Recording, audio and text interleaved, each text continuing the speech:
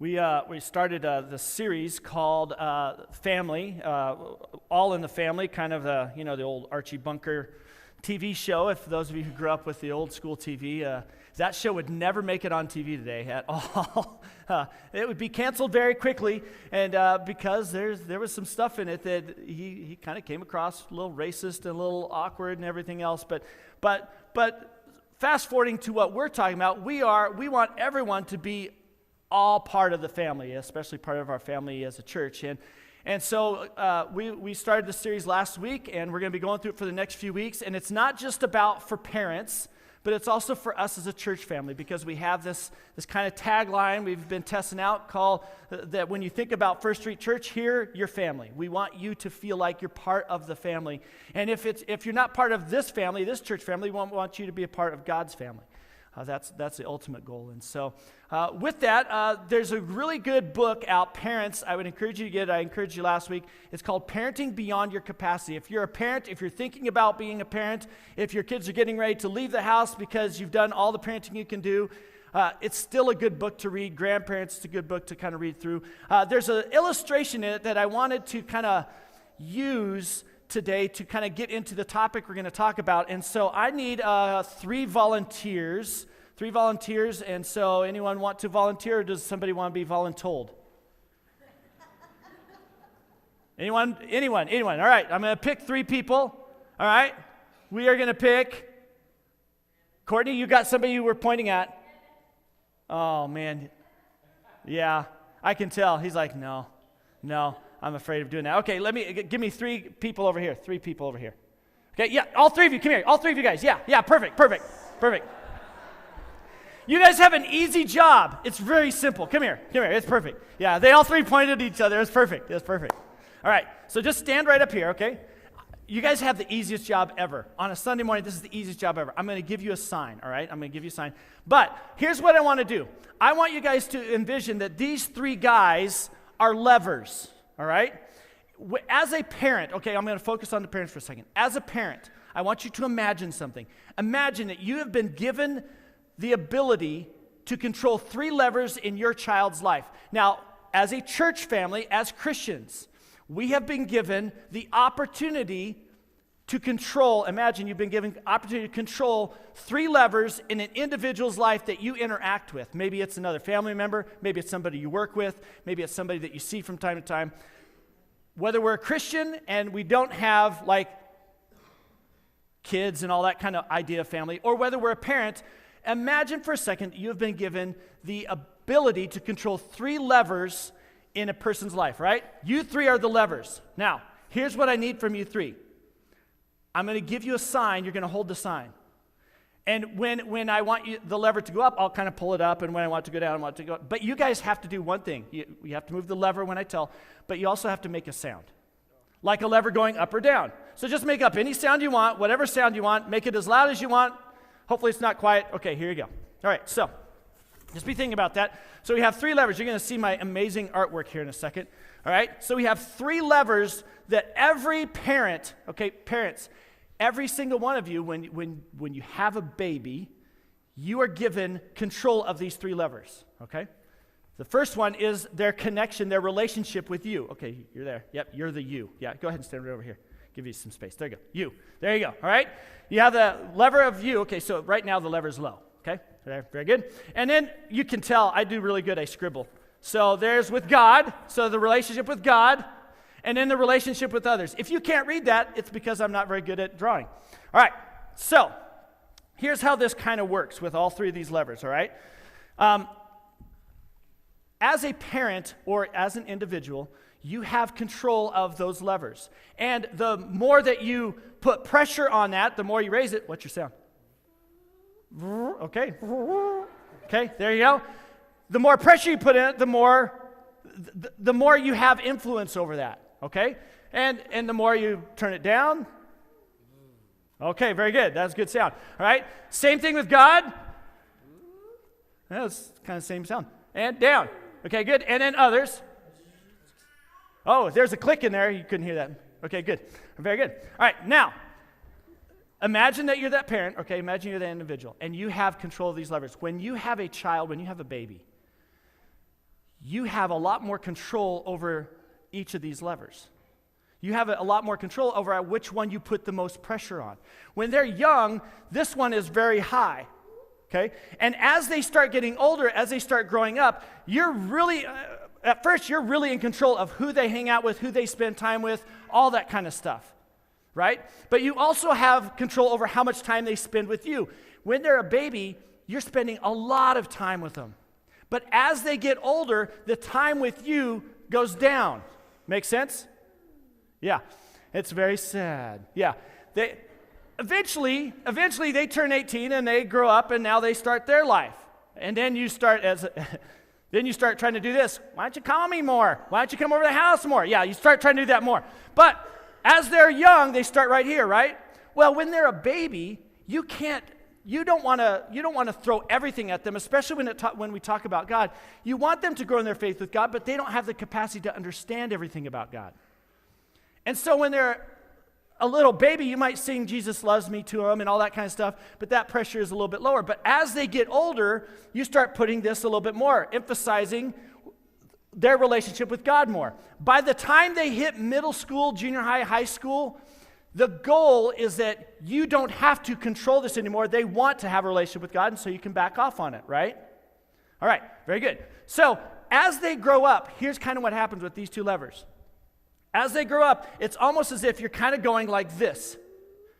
And I will tell you, by the time they hit the middle school age, 4th, 5th, 6th grade, these match up almost perfectly, normally. Now, sometimes it doesn't, sometimes it's different, every family's a little different, but if you could control it, the ideal way to do this would be that now all of a sudden, they want to spend time with you, but you don't have to start pushing it, and they're spending time with some other people and other stuff, but you want their relationship with God growing. You also don't want to be trying to force them to love God. You want to almost back off. So by middle school, this might be up a little bit higher, but after that, you want to be kind of backing off, okay? All makes sense? All right. You two are good. Done. Go away. Bye. All right. The third one is the most difficult. The third one is the one that we're going to focus on this morning because it's just different. Because when you have a child, when you have a baby, you're kind of in control of who has influence on them. And as they get older, you want to know who's hanging out with your kids or who's spending time with your kids or who's watching your kids when you're not. And so when they're younger, this is really high, okay? And it slowly works its way down as they get older. What happens sometimes, though, is as parents, when they hit high school, we really start worrying about this again. Junior high, we start worrying about this again. And we start trying to push it back up. And they push back on us like, you can't control me. I can do whatever I want and hang out with whoever I want and date whoever I want. And so they're pushing back on that one because they want control of it. The goal as a parent is that when your child leaves home, they can control these levers all on their own. Does that make sense? Okay, stay there for a second, okay? Here's the thought as we get ready to talk about this. We are going to talk about this. By the way, you keep looking. Did you know something on this? I spelled others wrong the first time. Just giving you an idea. It was bad. I was like, what? Anyway, here's the thing. What we're going to talk about today, and I know that's kind of a little bit of a long intro into this, but I want you to understand it because here's the thing. As a parent, as me and Lori as parents, as we were starting off our parenting, as I look back, I didn't realize what a big deal this was. I knew about these two. I wanted my kids to grow in their relationship with God. I wanted them to have their own relationship with God. I wanted them to like us as they got older. I wanted them to be able to talk to us and spend time with us. I was raising them, and I'm still working on it. I was raising them to leave the house. But I'm raising them, I want them to want to come back to the house. Want them to come to my house and see us. Right? And I want them to have the freedom to come and go when they need to. I want to be there for them no matter how old they get. We want to be those kind of parents. I didn't realize how big of a deal this one was. And by the grace of God, He took care of us in ways that I could not even explain. Because I didn't know what this was until they hit high school and until I read this book. And then I was like, oh, that's why God has put all these people in their lives. All right? So you're good. You're good. You can go now. Nice job. That was really good.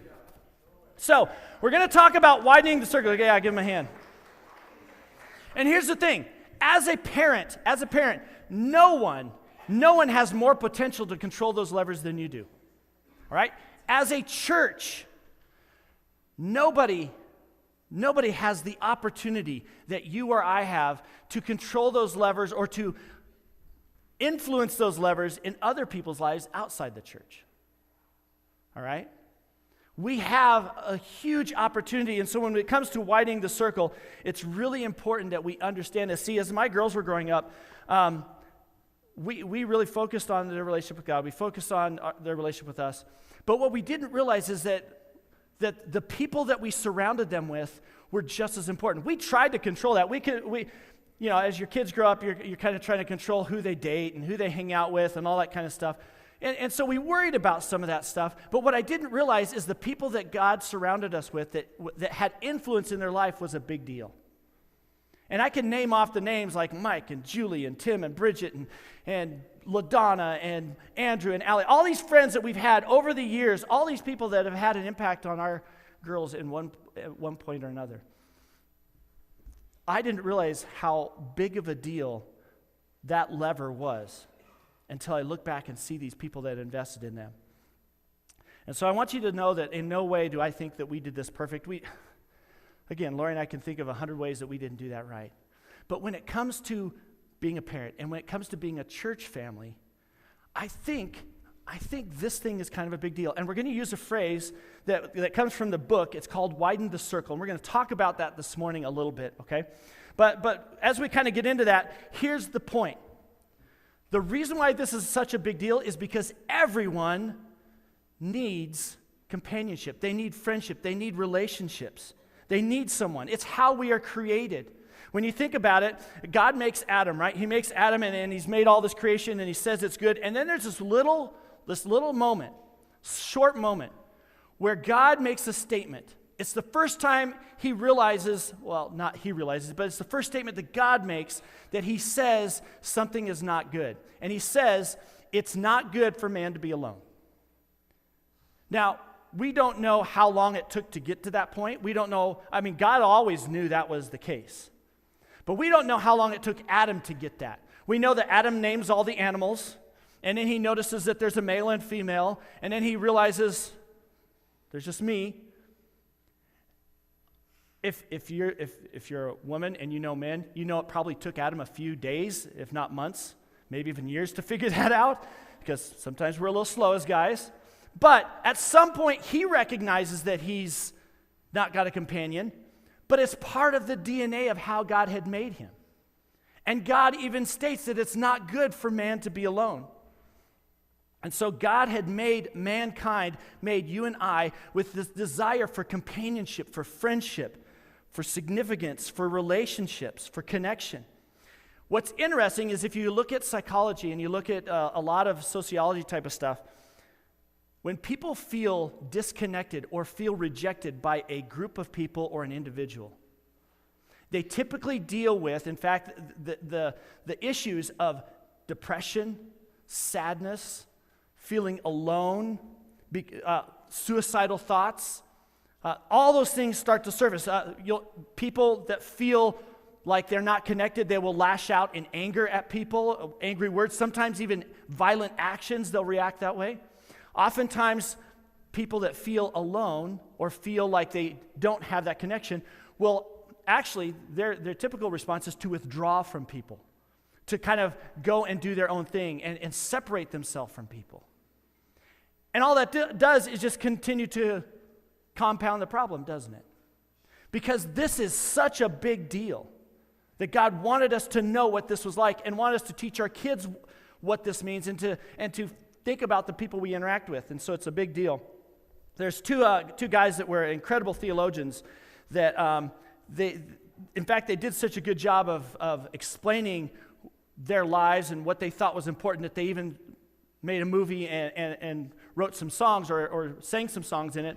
And one of the songs in this movie that is quoted by these two great guys it says this: everybody needs somebody to love.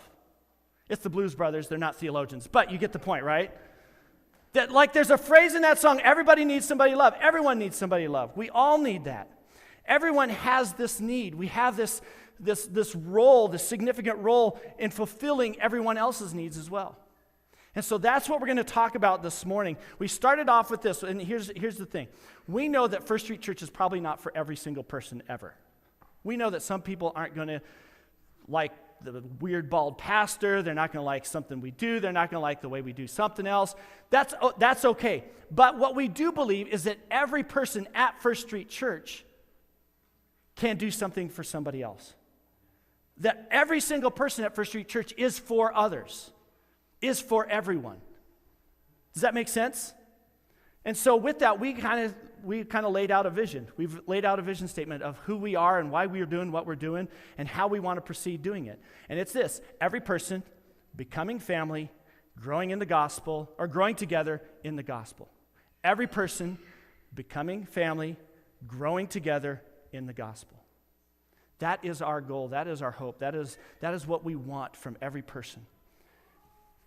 And so every person has a purpose, and every purpose is placed in relationships on purpose for a purpose. Everyone has an opportunity to reach out to others. So whether you're a parent, or whether you're a kid, or whether you're a grandparent, or whether you're single, whether you're a couple but you don't have kids yet, whatever that looks like, whatever your family structure looks like, you have a purpose here. You have a spot here. Parents, our church family wants to come alongside of you and help you raise your kids the right way. We want to do everything we can to do that.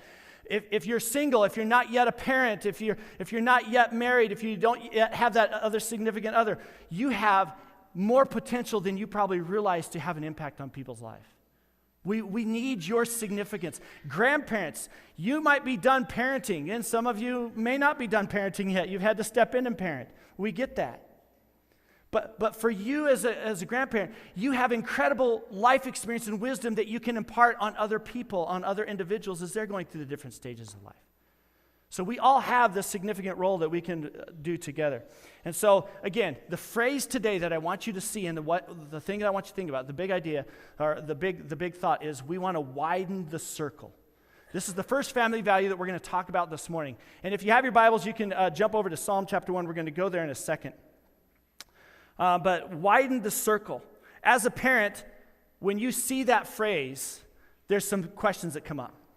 And probably the most significant one is, who is the circle? When we talk about widening the circle, we're widening the circle of people that can influence your kids. Widening the circle of people that have influence or can talk to your kids about spiritual things or life things. All right? If you're not a parent, if you don't have kids, what you might be thinking is, well, how do I do that? Like, how does that look? We're going to hit both of those questions this morning. And so as a Christian, I think we don't realize the impact that we have to widen the circle, to widen that circle with others that we actually have. And so I want to take some time this morning to look at two passages in the Bible, two passages that are, and the Bible is full of these things about widening the circle. And even though that phrase isn't used in the Bible, time and time again we see this need for connection, this need for influence, the stuff that we have to watch out for as we are growing up, as we're spending time with people, the things that talk about how other people can influence you in a positive or negative way. It's all throughout the Bible. We're just going to focus on two passages. One of them, TK taught on back this summer in July, and so you can go back and look at it. We're not going to dig deep into the passage. But the second one we brought up several times over the last few months. And so we're not going to dig super deep and get into the nuance of each passage because we've already kind of done some of that. But I want you just to see them. And so if you have your Bibles, turn to Psalm chapter 1.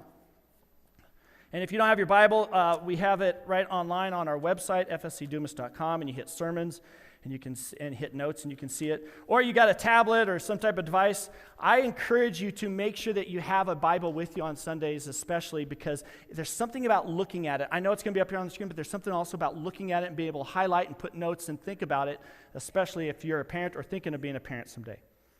Here's the first verse. We're going to start in verse 1, Psalm chapter 1.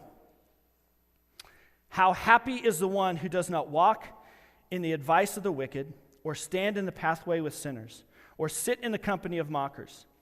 Instead, his delight is in the Lord's instruction, and he meditates on it day and night. Now, right off the bat, we have to understand that David, the writer of Psalm 1, he's distinguishing two different groups of people.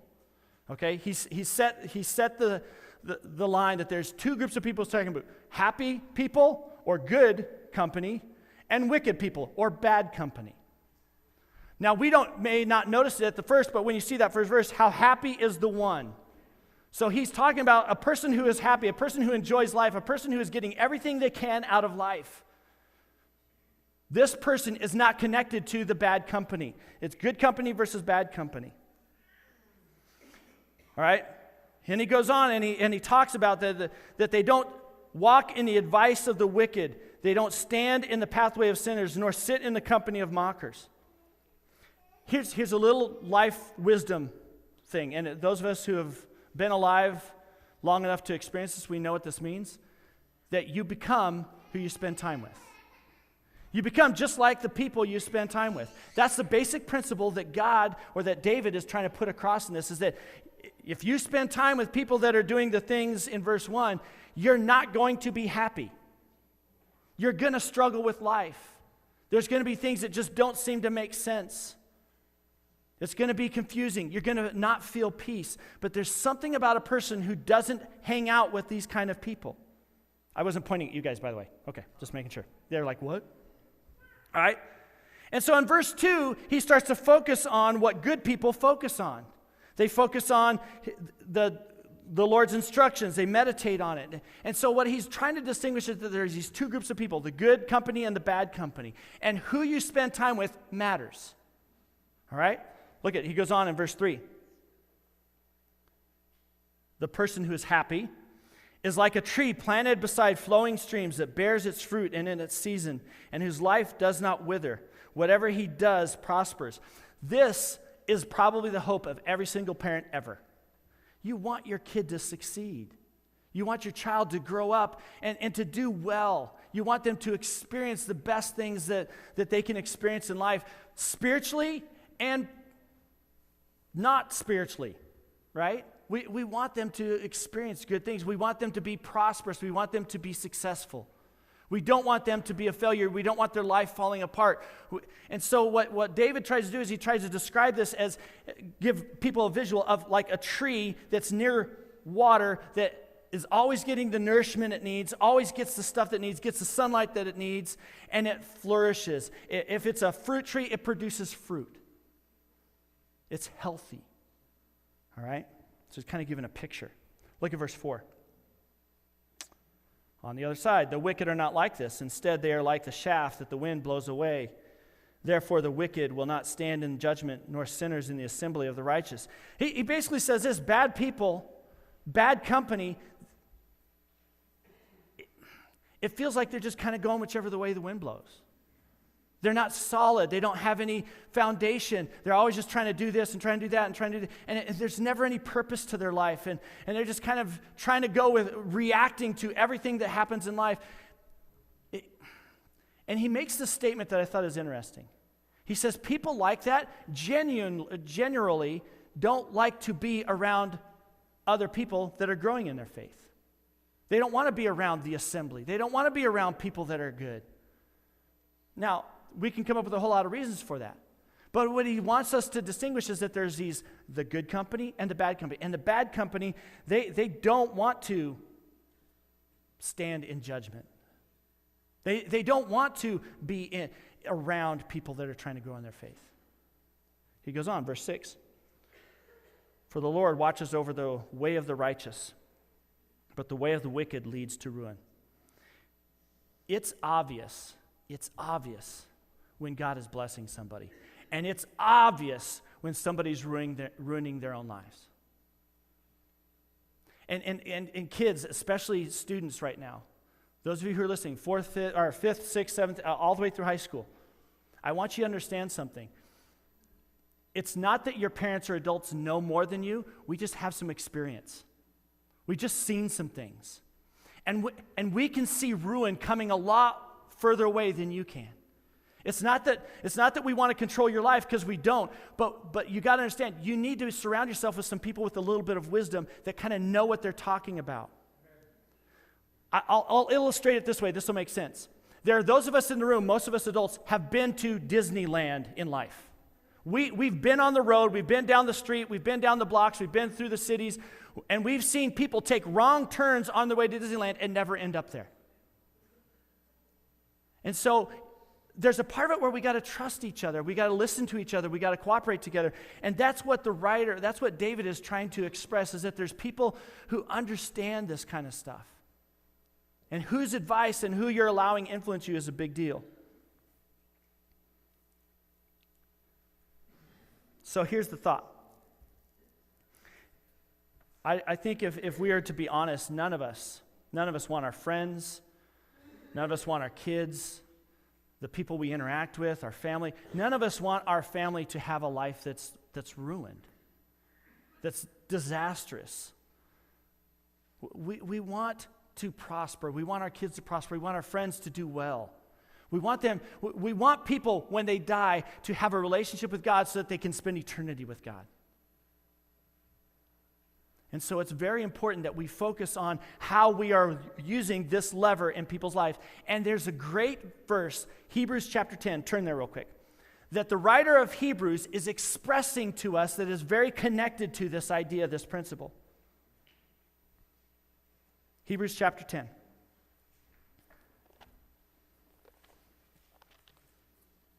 Okay. Verse 24.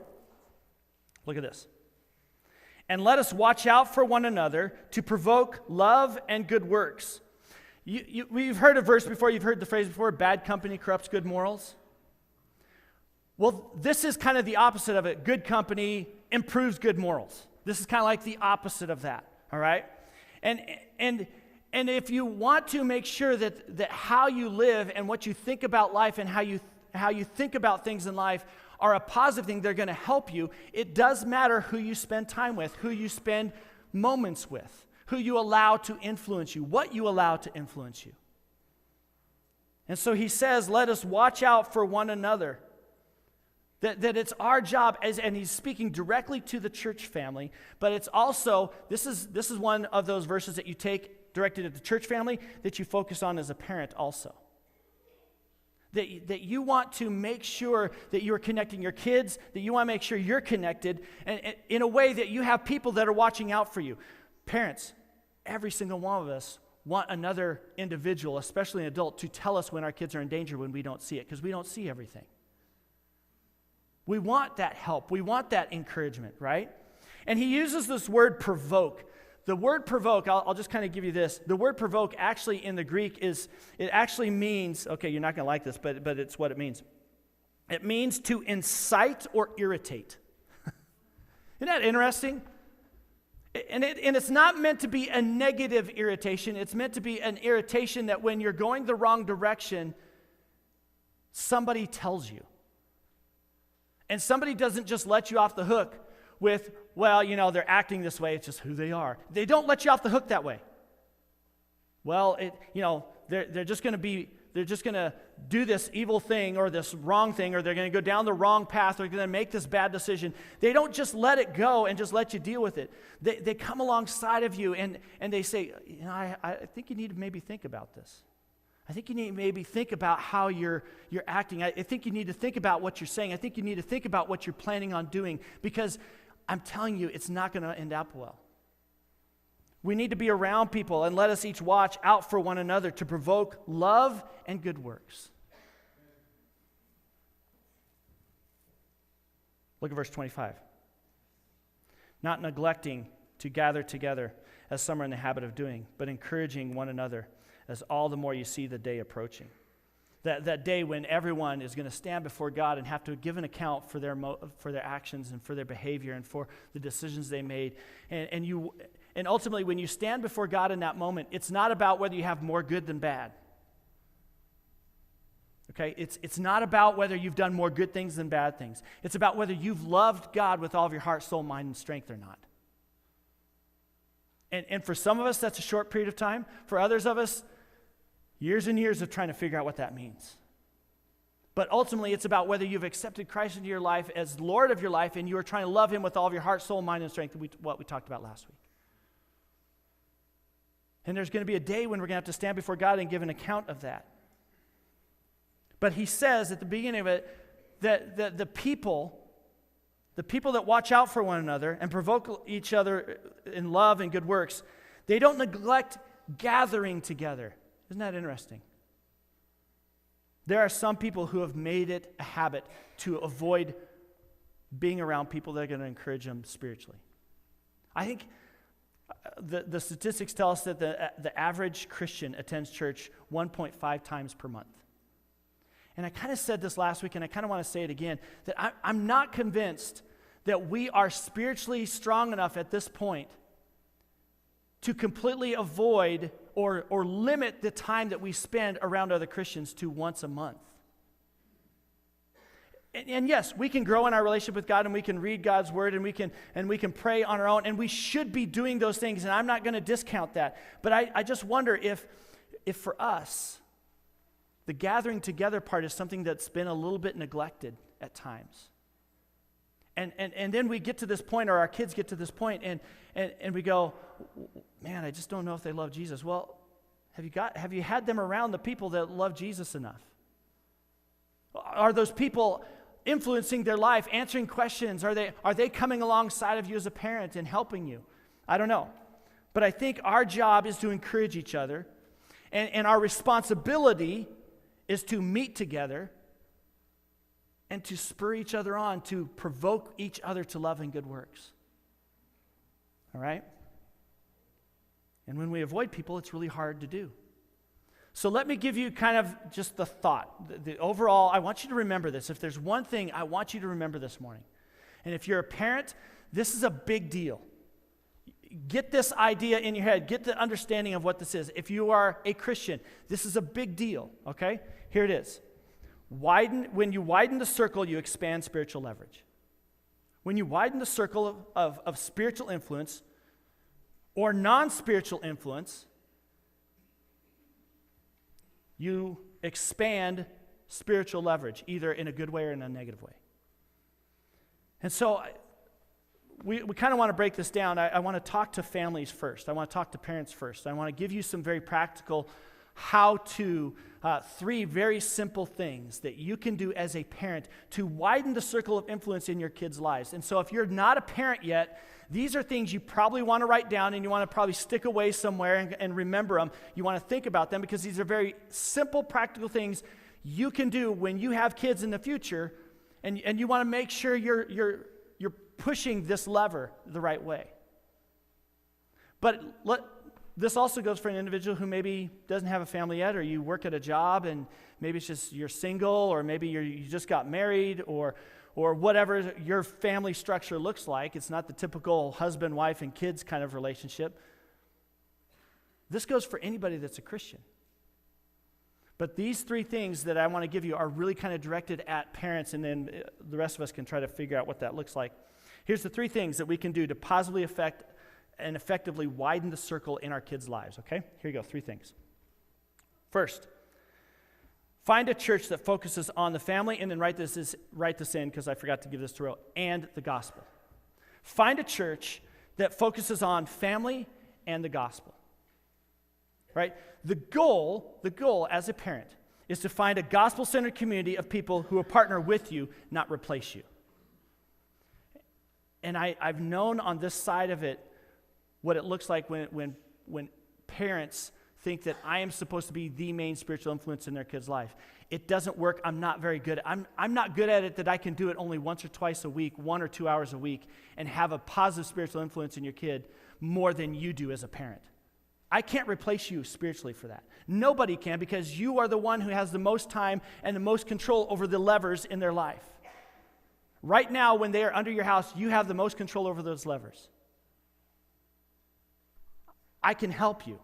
I can come alongside of you as a leader, but I can't replace you spiritually. And we know that we know this as a church. We know that we're not necessarily for everybody, and we know that some of this can be somewhat of a challenge. And so what we are committed to doing over the next 3 to 5 years is building a family ministry focus. And there's a whole lot of things that comes into play, and a whole lot of things that we'll unpack again, as I said last week, over the next few months. But we are committed to doing that as much as we can. Ultimately, and there's going to be times when you get a new job and you got to go to a new place or whatever. I would encourage you, and kids, when you go off to college, I'm going to encourage you this. You need to go to a place, to a church where you're going to grow spiritually. It's going to push you to grow. Go where you grow, because if you never go, you're never going to grow. That's just how it works. If you're not surrounded by people who are growing in their faith, you're not going to grow in your faith. There's only one or two people in the Bible that are ever able to kind of get out on their own and do their own thing. Jesus and maybe John the Baptist. Everybody else needed somebody. Everybody else needed people around them. And so we need to go where we will grow. The second one is this: look for opportunities to serve with your kids. Look for opportunities to serve with your kids. Don't underestimate what the power of serving with your kids can do to the heart of your kids. There is something unique, and I think this is one of the things that Lori and I will probably say that we think we did pretty well at. We tried to do as much as we could serving with our kids. Now, granted, I'm in kind of a unique situation and a unique role as a pastor, or even when I was a youth pastor, that we had a role that we could do that a little bit differently than most people can.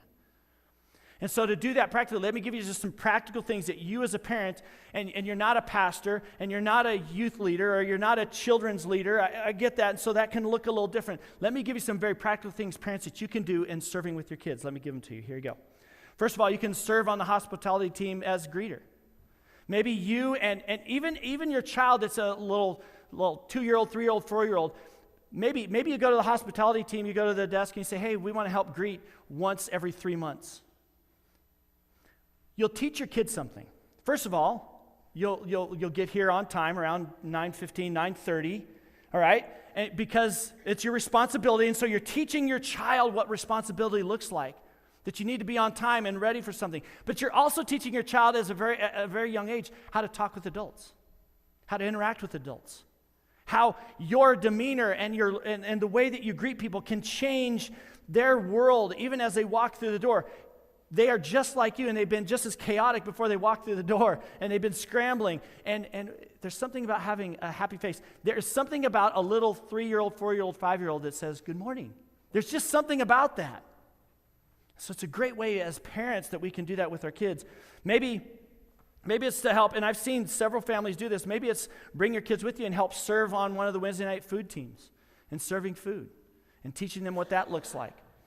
All right, you can get together with somebody from that. As they get older, maybe dads, moms, a great way as they get older into those junior high and high school years, why not serve communion and take offering together? Why not be part of that team that helps with that? I saw some of the kids with their parents doing that this morning. It's an awesome opportunity to serve. As they get into junior high and high school, parents also, maybe it's volunteer in children's ministry. And do it together and watch your child who at home doesn't seem to have any spiritual desire talk to another child about how much they should love God. Maybe it's helping in VBS. Maybe as a parent and a child, maybe dads, you got a kid a son who really likes to get into the technology type of stuff. Well, why not talk to John or Nicole about helping with the computers or with the cameras and stuff like that they can do that. There are so many opportunities for you to serve with your kids. Third one, and this one's probably a big one. Seek mentors for your kids. You want spiritual influencers in your kids' lives before they need them so that they can be there for them when they need them. And I think this is one thing that I don't remember. I remember us having a conversation about this when our kids were starting to hit, when Rachel, I think, was starting to get into the junior high years. But before that, we didn't realize what a big deal this was, of having other people in their lives that would pour time and energy into them to be there for them before they needed them. Because we hoped that our girls would come and talk to us about everything that was going on in their lives. But as they got older, they didn't. That's normal. That's healthy. Okay? They don't have to tell you everything, but you kind of want that, don't you? Because they're going to have to grow up and they're going to have to figure life out. Why not surround them with other people that they would go to when they're afraid to talk to you, or they're worried about how you're going to be or how you're going to react? Somebody else who might see some danger in their lives that we don't get to see because we're involved with something else, or I have 4 kids, so I'm involved with these 3 and I don't know what this one's doing. Have somebody else in lives. And so I think that's so important that you have mentors that are pouring into them. You see, when you bring your kids to church, when you bring your kids to one of our programs, youth, when you guys show up, our goal as leaders, as leadership, is to connect every child with an adult who is crazy about Jesus and in love with your kid. That they love your kids so much that they will do anything for them, and they have this crazy love for God, for Jesus, and they're going to do everything they can to grow in that relationship with Jesus. And they want your kid to understand what that means. You want to surround your kids with adults and leaders who are going to say the kind of Christian things that you would hope to be able to say to your kids sometimes. And that's just part of it. That's just part of the relationship. That's why we do what we do. And your kids are going to have some difficult moments, and they're going to need help along the way, and they're going to be needing help in ways that you can't as a parent. And so we want to be there for them, and we want them to have individuals that are there for them. And so that leads us to the last thing, and we'll wrap up with this part right here. How do we do this as a church family? How does this look? How do we help widen the circle as a church family? And there are 3 things we can do as a church to help everyone feel like they're a part of the family. And it starts with this one. The first one is invite others to join you. Invite others to come to church with you. Invite others to join your small group. Invite others to come to women's Bible study with you. Invite others to come to your house. Invite people to out for dinner or out for lunch. Invite people to come and be a part of your life in one way or another. Invite others to join you and talk about, don't be afraid to talk about your spiritual journey. It might be that you need to invite people to, we have Easter coming up, and Palm Sunday and Easter, the theme is going to be amazing. And those are key ones that people are kind of used to having to, or thinking that, well, maybe I should show up to church. It's Easter, you know. It's kind of a normal thought, and it's not so intimidating to bring them. And I'll tell you that those 2 Sundays are great Sundays to bring somebody who has never had an experience with Christ before. So invite others to join you. If you see someone you haven't met yet, or even as you're sitting here and we do the welcome thing, if you see somebody that you haven't met yet, go and talk to them. Okay? Second, lend time to youth and kids ministries. Obviously, you knew that was where that was going to go, but the reality is we need volunteers. We need people who are going to pour time into the kids ministry and into the youth ministry. We got this new middles program starting up, and it takes a unique group of people that can devote time and energy into that and into that age group. It takes a unique personality to work with junior high kids. It takes a unique personality to connect with high school kids or even children. We get that. But we need people who will join in with us, that will take an hour or 2 out of their week to pour time and energy into the kids that are showing up, because some of the kids that show up to our church, even as young as elementary age, their parents have no relationship with God. And we get an opportunity to point them to Christ and to the gospel. And so, lend time to one of those ministries. Talk to Vanessa, talk to Kaylee. You can talk to me, and we'll connect you with what that looks like. And there's a lot of opportunities. It doesn't mean you have to teach every single week, but it might mean that you devote time into a small group of kids. Okay? Last one, and this is it. Pray for families. Every single one of us in the room can do this. Every single person in this room can be praying for families.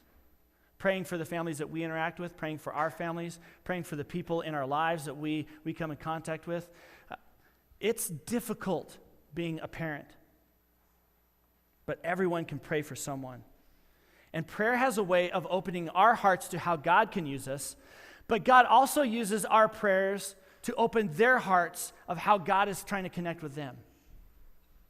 And I think prayer is such a huge thing. And so this morning we're going to sing together, but before we do that, we're going to pray together. Because I think it's a big deal that we pray for our families, we pray for each other, we pray about what it means to widen the circle. Because sometimes the circles, the people that our kids are interacting with or spending time with, or the people that are in our lives, sometimes we know that they're bad company. And we want our kids to notice it. We want to be able to notice it when that needs to be shifted a little bit, when that lever needs to be turned up a little bit, the pressure on that needs to be turned up and changed. Parents, if you have kids that have thought about dating somebody, and I've talked to my girls about this a little bit as they grew up.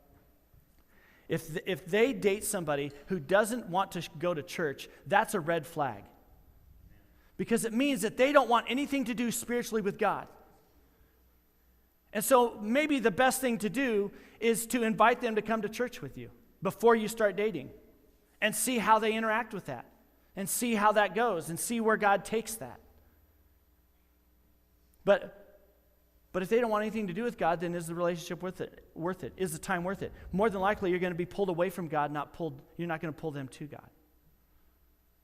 You're not going to grow stronger in your faith because your significant other has nothing to do with God. And some of us have experienced that, and how awesome would it be if you have experienced that to be able to share that with a kid in junior high or high school who's thinking about dating somebody. And you can be an extra voice in their life. You see, there's so many opportunities for each other. And we want to be a place where people can come and fellowship together and encourage each other as often as possible. I used to tell my leaders this, that I had a group of leaders that would pour time and energy into the students. And I told them, you got 1 or 2 hours a week with a kid to build a relationship with a kid to the point where they're going to trust you with their decisions and their struggles. And so you've got 1 or 2 hours a week. That's it. And that's if they show up every week. So every minute, every time that you can't be there, and it was kind of a guilt trip-ish thing, but they got it. Every time you can't be there, it's an opportunity missed. It's a minute that they are being discipled, influenced by somebody else. And so as parents and as leaders, we want to take as many opportunities to parent and to lead those around us. Take every minute, every moment. Every moment matters. So let's pray for our families.